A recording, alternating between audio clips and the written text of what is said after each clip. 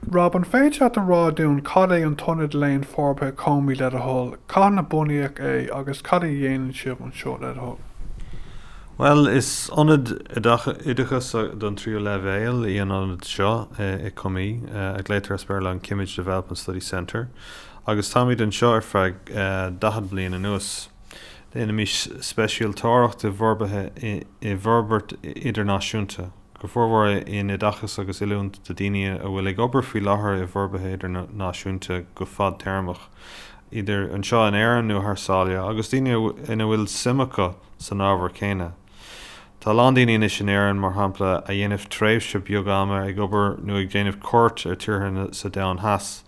Tá an daine mar sin cuan, cumála daine na bhfuil simacha san ábhar go generalta, chun níos mó álas a fháil ar na fadhbanna eicneamíochta sóisialta agus politicúla atá ag buint leis an bhachtanas agus an neamhbhananas sa domhan aniu. Agus chun scílanna gar miúla eolalam chun obair níos fearr dhéanamh a gcuine na dúchláin sin. Is ionta an smaoine bheith chun bheith an seo agus sibh an seo ar fear dá bbliana sin chéach. Is fórganmh álíonn é an fórganmh seo an leis sibh ar fad é? No, ní linn an na fórganmh atá an seo is le pobl an spirit néfa an fórganmh ina bhfuil míad an isis. Agus bunaíoch an phobal an spirit néfa an Ionad seo 10 bliain ó chin chun iúnta churáil do missionéirí ar ag dul ag obair san Afric go fórmhór.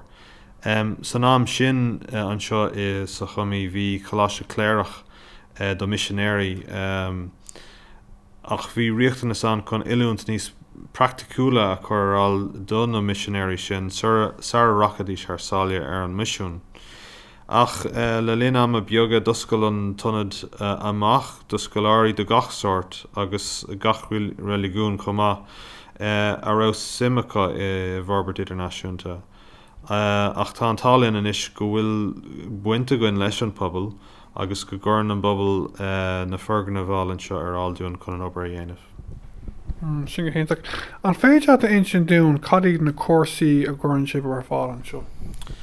Well, tá lán cuarsna a gcuin an seo. In ábhar an os Forbartha idirnáisiúnta caitheadh scoláirí smaoinemh agus eolalam faoi lán ábhar an politiúlacht ábhar politiúla eacnamaíocht agus sóisialta an Forbartha agus an timplacht an chomhlint agus an Forbartha cumáil le ábhar cosúil le stiúrtha chlár Forbartha, stiúracht argadúil, ceartú déan lecha agus an Forbartha agus mar sin. Tá máiste a líne a gcuin an seo sa Forbartha idirnáisiúnta. Tá sé ar fháil an seo is sa Chamaigh inar Ionad an seo agus an Léinn chomá agus tá scoláirí a gcuin ó lán tíortha. Ní amháin an éireann nach ó tíortha san Afric agus in áiteanna eile sa domhan agus tá formhór dómh inis ar an máistear ag obair sna tíortha sin agus ag déanamh stair online leis an chlár atá gon an seo. Ach gach bliain tagan suas le 25 daltaí an seo chun an stair a dhéanamh linn I bailíoch lia. Ar an máisteacht. Ar an máisteacht, yeah. Agus cumá leis an máistear tá cuarsna eile agan ar fháil gach oíche dé luain ar feadh 8 seachtainna roimh an nullag agus tar éis an nullag tá cuars faoi Forbartha idirnáisiúnta bhfuil introductory in nature agus tá cuarsna eile gcuin online agus comás na híthe do daine bhfuil simacha san ábhar ach níl siad réig nó níl simacha an máistear a dhéanamh. Agus just tá partnéireacht a gcuibh se le cláis éigean na cór BA ar fáil professional, bhfuil? Yeah, tá BA gcuin le ollscoil manút, so is féidir le daltaí dul gon ollscoil I manút agus an BA dhéanamh agus an ábhar Forbartha idirnáisiúnta a thógant chomá le na hábhar eile atá an sin an Frankíis nó an académiacht anthropology nó business agus an joint honours degree all ómanúth. Níoch gá ceiste gom Rob. An bhfuil siad ag leanúint agus ag déanamh poibliocht phróiseas forbartha na náisiún aontaithe leis na sprochanna damhanda forbartha nua atá cúnis? Tá míad gan dat tá na sprochanna damhanda an forbartha fíorthabhatocht agus beidh siad fíorthabhatocht sa tochaí chun